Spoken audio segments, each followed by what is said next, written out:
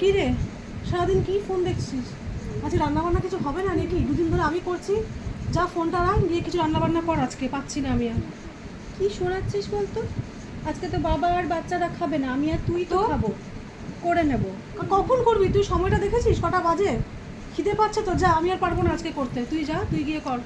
আরে বাবা, আজকে রেডিমেড কিছু করে খেয়ে নেবো, এত টেনশন করছিস কেন? রেডিমেডটা কি করবি শুনি আমি? আমি ভেবে রেডিমেডটা কি? রেখেছি, হ্যাঁ, আমি কি ভেবে ভেবেছিস রেখেছি। শুনি?